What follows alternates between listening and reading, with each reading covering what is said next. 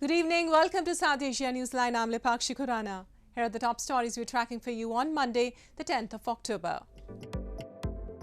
India relied on Russian weapons as West chose to arm military dictatorship, says Foreign Minister Jaishankar. Activists stage protest in Germany against Pakistani atrocities in Balochistan. And Sri Lanka's ex-PM Mahinda Rajapaksa pledges to support Wickremesinghe. And now for all the details, Indian Foreign Minister S. Jaishankar on Monday said the West for decades chose to arm military dictatorship in India's neighbourhood and did not supply weapons as he defended India's inventory of Russian origin weapons. He said he did not want to say in advance how India will vote at the UN General Assembly on a likely draft resolution against Russia this week. But he made it clear that New Delhi is against the conflict because it does not serve the interest of anybody.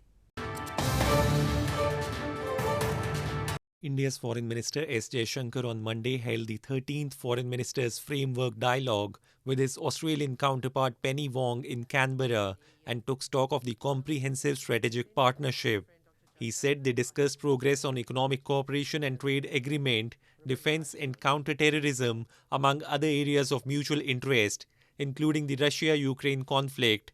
In a joint media briefing, Jaishankar said he would abstain from saying in advance how India will vote at the UN General Assembly on a likely draft resolution against Russia. He, however, made it clear that New Delhi is against the conflict because it does not serve the interests of anybody. While speaking on India's inventory of Russian origin weapons, he said it is because the Western countries preferred the military dictatorship in the neighborhood over India. For multiple decades, Western countries did not supply weapons to India and in fact saw a military dictatorship next to us as the preferred partner. So I think we all in international politics deal with what we have. We make judgments which are reflective of both our future interests as well as our current situation.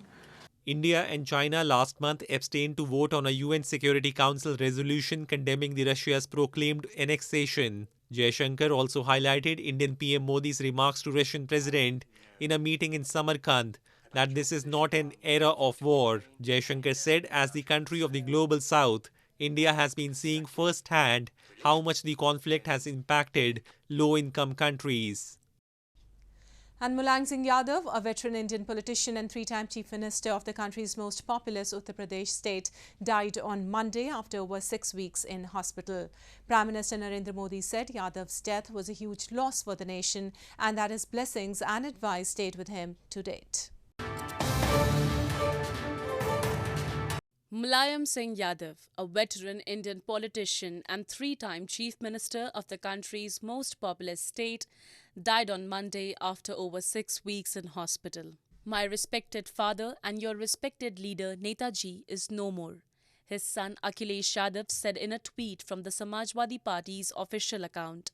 Yadav, who was 82, entered politics in his 20s, rising to become Chief Minister of Northern Uttar Pradesh state in 1989, 1993 and the year 2003.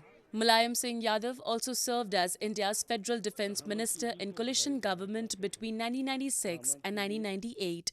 Indian PM Modi took to Twitter to express condolences and said his death was a huge loss for the nation and that his blessings and advice stayed with him to date. He described him as a humble and grounded leader who was sensitive to people's problems. Yadav's mortal remains were later on Monday brought to his ancestral village Safai, where a funeral ceremony will be held on Tuesday. In recent years, Mulayam Singh handed over the leadership of the party to his son Akhilesh Yadav, although he remained a senior leader and a member of the National Parliament. The Samajwadi Party, which last held power in the state between 2012 and 2017 with Akhilesh Yadav as Chief Minister, has come under pressure from India's ruling Bharatiya Janata Party that has swept 2 consecutive state elections since then. In news from Pakistan, amid speculation of a massive long march rally in Islamabad by PTI, the opposition party's chief Imran Khan has now announced that he will launch a Fill the Prison movement against the ruling coalition. Khan has been leading a campaign to demand snap elections since his ouster as the Prime Minister in April. Pakistan's former Prime Minister and opposition PTI party chief Imran Khan has announced to launch Jail Bharu Tariq or Fill the Prison movement against the ruling coalition. Addressing a public gathering in Miawali, he warned the federal government against threatening PTI supporters of detention and said that he would sacrifice his life for the real freedom of the country. All of the imported government's plans against the PTI would fail and they would be forced to call elections, he claimed. He also pointed out during his PTI's tenure the country's economy was recovering, but it has now worsened under the rule of PMLN and PPP and all their allies. मैं आप सबको तैयार कर रहा हूं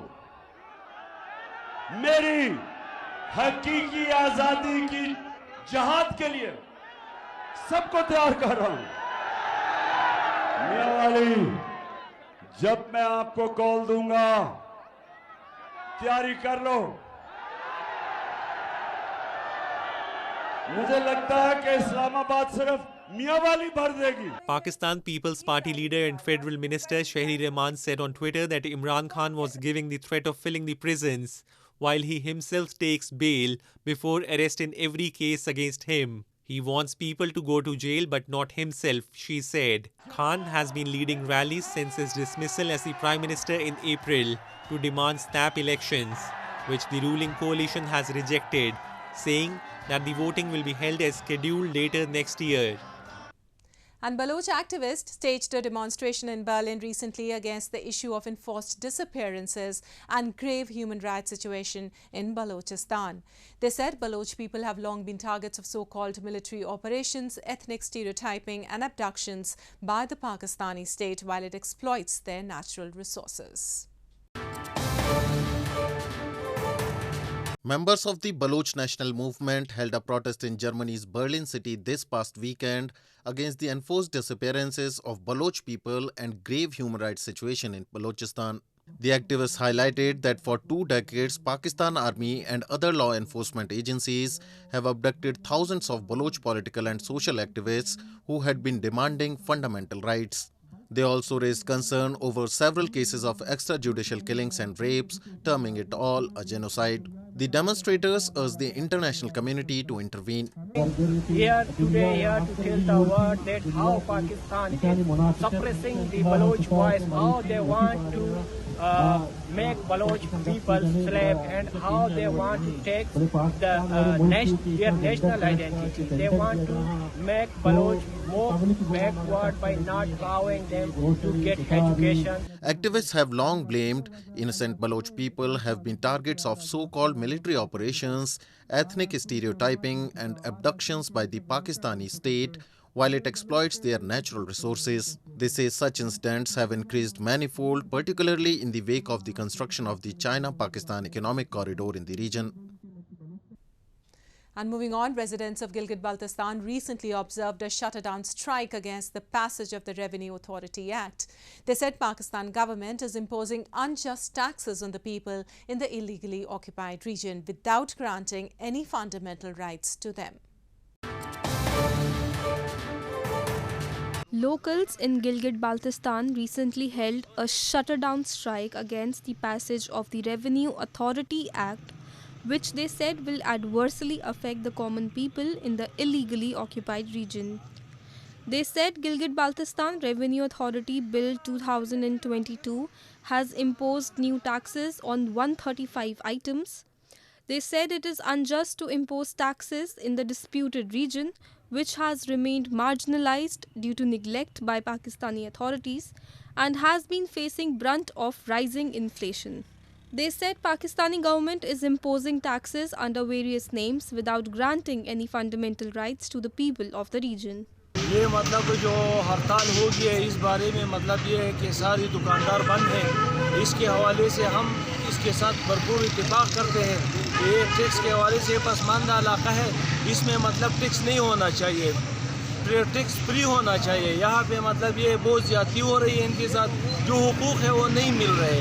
जब हुकूक मिल जाएंगे तो बंदा टैक्स भी दे दे, लेकिन ये टैक्स के लिए जो है ना बिल्कुल नाजायज़ है कि ये लोग टैक्स दे रहे। हम जो हड़ताल किया हुआ है। Locals blame Pakistan has misruled the region for more than 7 decades and they are not even consulted when the government brings about such legislations. They say there is a stooge government in the region, but it only helps Islamabad fill its treasuries through economic depredations. And in news from Sri Lanka, Sri Lanka's former Prime Minister Mahinda Rajapaksa pledged support to incumbent President Ranil Wickremesinghe as he addressed his first public meeting this past weekend since being forced to resign in May over the country's worsening economic crisis. He said Ranil was moving forward on the right path to steer the island nation out of the crisis. Sri Lanka's former Prime Minister Mahinda Rajapaksa addressed his first public meeting this past weekend since he was forced to resign in May and ouster of his younger brother, former President Gotabaya Rajapaksa, in July. During the public meeting by his SLPP party in Kaluthara, 77-year-old Mahinda said, "We will continue to support incumbent President Ranil Wickremesinghe to defend this government. He was our opponent, but now he is on the right path," he added. The entire Rajapaksa clan was forced to resign from the government earlier this year, following violent countrywide protests against them for leading the island nation to its worst economic crisis since independence in 1948. Mahinda Rajapaksa was replaced by Ranil Wickremesinghe, a member from the opposition, as the Prime Minister. In mid-July, when Gotabaya Rajapaksa fled the country after a public uprising, Wickremesinghe became the president for the rest of the Gotabaya's term till 2024. In the latest, the country's Supreme Court last Friday granted permission for proceedings against Gotabaya and Mahinda over a petition calling for accountability for the worst financial crisis. And the first ever global drone expo held in India's Chennai city brought together farmers, industrialists and market players under the same roof over the past weekend. The event was attended by delegates from 14 different countries with a special focus on aiding the agricultural sector.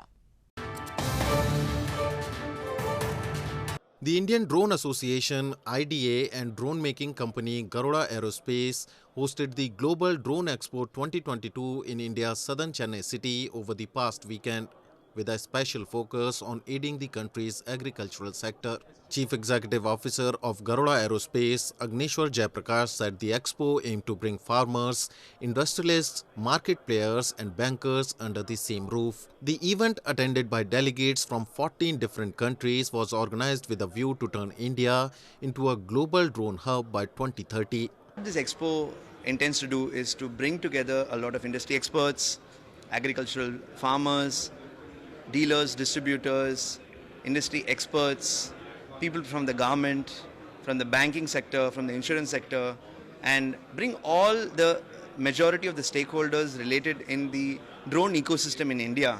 Representative of National Agro Foundation said drone will be the answer in future to all the problems faced by farmers in agriculture.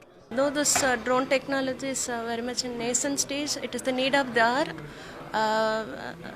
Being from agriculture fraternity, nowadays we are facing a lot of labor shortages. So drone will be the answer in future to all these problems faced by farmers and agriculture. Earlier this year, India saw a two-day drone festival inaugurated by Prime Minister Narendra Modi and presented digital certificates to 150 drone pilots to facilitate the country's striving towards becoming a drone hub. Well, that's all we have for you from South Asia this evening. Now our viewers can watch the show on SouthAsiaNewsline.com. You can also visit us on Facebook.com/SAsiaNewsline and follow us on Twitter @SAsiaNewsline. That's all in tonight's edition. We'll see you same time tomorrow. Good night.